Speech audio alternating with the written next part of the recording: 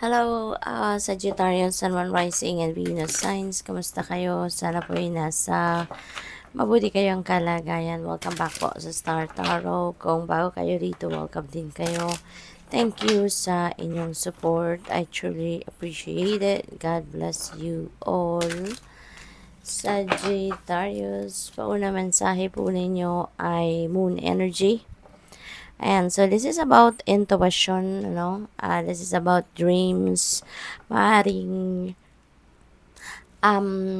marami kayong guidance ngayon na paparating. Marami kayong intuitive messages na paparating dito at idadaan ng universe through your intuition and by sending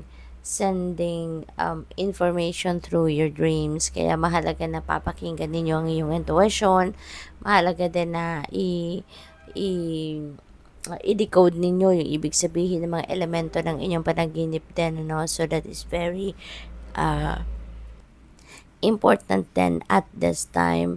At kung meron kayong decision making na kailangan gawin sa ngayon, Sagittarius, now is not the perfect time to make a decision, kasi maaring hindi pa malinaw sa inyo yung basihan ng inyong pagdedesisyon. Maaring meron din kayong siguro may may mga deception energy around you rito, kaya wag muna kayong magdedesisyon because you never know, baka yung mga alam ninyong impormasyon, hindi yan yung 100% na totoo. Kaya mas magandang kayo talaga yung mag-research, kayo talaga yung kayo talaga yung mag-gather ng mga impormasyon. What else? We have the Chariot energy. Dito sa Chariot energy, this is about moving on, Ang maganda rito kasi you are moving on and you know which direction you are heading. You are sure about kung saan kayo papunta, kung ano yung susunod na ninyong gagawin. And sa ngayon kasi na kayo yung mas confident na kayo. You're confident, you are more assertive, you are yung poised kayo. Alam niyo kung ano na yung gagawin ninyo rito. So maybe kapag sigurado na kayo, kapag sigurado na kayo, because this could be related dito sa decision na ito, pwede rin naman na hindi, pero pwede naman na related ito. Depende kasi sa inyong sitwasyon, depende sa inyo, 'di ba? Iba-iba tayo ng sitwasyon.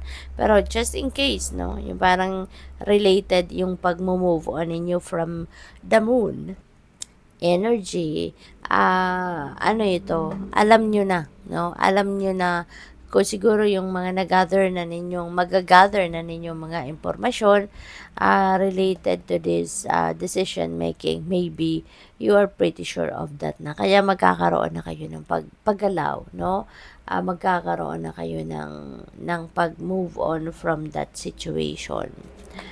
We have Two of Cups. Merong makakatulong siguro sa inyo rito, Sagittarius. Kung ano man yung, kunyari, siguro nagre-research kayo, baka merong makakatulong sa inyo dito. Someone is going to help you talaga na makuha ninyo yung mga impormasyon na kailangan ninyo, kaya siguro kayo eventually you'll be able to move forward from that energy, kasi naman meron din susuporta sa inyo, merong tutulong sa inyo rito. This Two of Cups signifies partnership, maaaring love and romantic partnership ito, maaari din na pwede rin naman na friendship ito, yung ganon. So depende sa inyong sitwasyon, but definitely there is meeting of two kindred spirits dito. Meron ditong magkakaintindihan talaga, 'di ba? Kung ano yung tawag dito, magkakaintindihan kayo sa kung ano man ang maaaring pinag-uusapan ninyo, kung kunyari meron kayong mga plano na gusto ninyong i-roll out, meron ditong talagang siguro you are on the same wavelength, you will be in sync, kaya you will be supporting each other dito. What else? We have 7 of Wands. Ayan. So, mag-iingat kayo din, ano, sa ibang tao na nasa paligid ninyo. Kasi maybe, meron dito mga tao na siguro, ano kayo, siguro naiinggit sa inyo, kaya maaaring nakakapag-isip, no, yung taong ito or mga taong ito ng hindi maganda towards you kasi out of inggit, no, Sagittarius, out of inggit or out of ang tawag dito, out of sitwasyon na um, kung ano yung gusto nila ay nasa sayo, kung ano yung siguro pangarap nila nasa sayo, no, yung ganun. Kaya they want siguro to take you down or gusto nilang siraan ka or gusto nilang tuligsain ka, mga something like that, no, and that is out of envy, no, Sagittarius, kaya mag-iingat po kayo. So, what else? We have 8 of Swords. Siguro ang iba sa inyo dito, you know, feeling powerless, feeling unproductive sa ngayon kasi nga maybe you are you are intimidated, no? So ang iba sa inyo siguro na may ganitong sitwasyon, no, yung parang naaapektuhan kayo ng mga sinasabi siguro ng iba, mga sinusut-sut ng iba, or mga ginagawa ng iba, maaaring napapansin din ninyo yon. Kaya siguro napipigilan din kayo na magtrabaho or napipigilan kayong gawin, ang mga gusto ninyong gawin dahil siguro nai-intimidate talaga kayo. Maaaring naaapektuhan kayo ng mga ginagawa ng mga taong ito, no? Kaya hindi ninyo nagagawa, no, kung ano man yung gusto ninyong gawin, or hindi ninyo na ipagpapatuloy kung ano man ang inyong mga plano kasi maybe you were intimidated by these people. We have 8 of Pentacles, and that may be, no, baka related ito, no, sa inyong trabaho. Maybe this is link sa inyong trabaho, Sagittarius. Baka yung mga taong itong mga naiinggit sa inyo, katrabaho ninyo, no, or mga kasama ninyo sa workplace ninyo.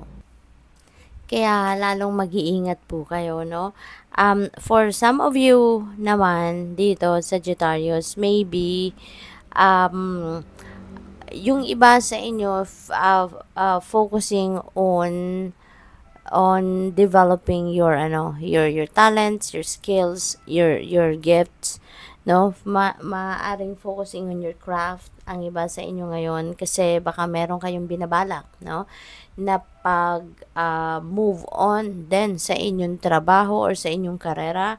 Kaya siguro nag-aaral ang iba sa inyo, you are siguro attending workshops, trainings, yung ganon, or baka nag-aaral talaga kayo to enhance your talents, skills, and gifts, or baka mag-aral ng panibagong linya naman of expertise kasi maaaring nagbabalak ang iba sa inyo dito na umalis na lang sa trabaho ninyo, no, dahil siguro out of this toxicity, no, na mga katrabaho ninyo. So siguro yan din ang ginagawa ng iba sa inyo sa ngayon, pinagbubuti ninyo ang inyong ginagawa or yung mga talents, skills, and gifts ninyo, pinag-aaralan nyo pa masyado, or nag-aaral nga kayo ng bago para in preparation, doon siguro sa pag-alis ninyo sa trabaho kasi maaaring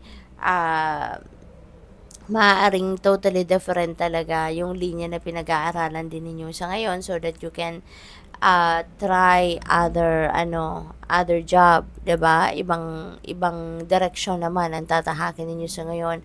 Maaaring ang iba sa inyo talaga is going to leave your job, kaya naghahanda kayo. Kaya kayo nag-aaral, no? What else? We have Queen of Cups. Ayan. So, ang iba sa inyo dito, Sagittarius, you're going to be very intuitive, highly intuitive, and highly sensitive sa ngayon. So, gamitin ninyo yan, ano, yung psychic abilities ninyo na yan para makatulong yan sa inyo.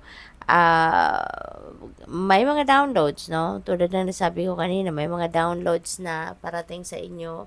Kaya take advantage of that, no? Habang malakas ang inyong radar sa ngayon, gamitin nyo na yan, i-access nyo na yan para nang sa gayon, kayo ay makatungo, no, sa kung saan kayo dapat mapunta, makapag-decision kayo ng tama eventually, okay? What else? We have justice. You are getting what you deserve, Sagittarius, okay? Huwag kayong mag-alala kasi kung ano ang para sa iyo, kung ano ang deserve ninyo, yan ang makukuha ninyo sa ngayon, ano? Magkakaroon din kayo ng clarity rito. Kaya kung ano man yung nalalabuan kayo rito na sitwasyon, huwag kayong mag-alala. Kasi you will finally get the clarity that you need. Makikita ninyo or ma-realize ninyo dyan kung ano ang dapat ninyong gawin, yung ganon. Kung meron din kayo mga pinaglalaban dito sa korte or kung meron kayo pinaglalaban, kunyari, may nag-file na nag-complain kayo, kunyari sa employer ninyo, sa manager ninyo, papanalo ninyo yan. You are getting what you deserve, no, Sagittarius. Kaya huwag kayong mag-alala. So, good luck. Thank you for watching Love and Light. Namaste.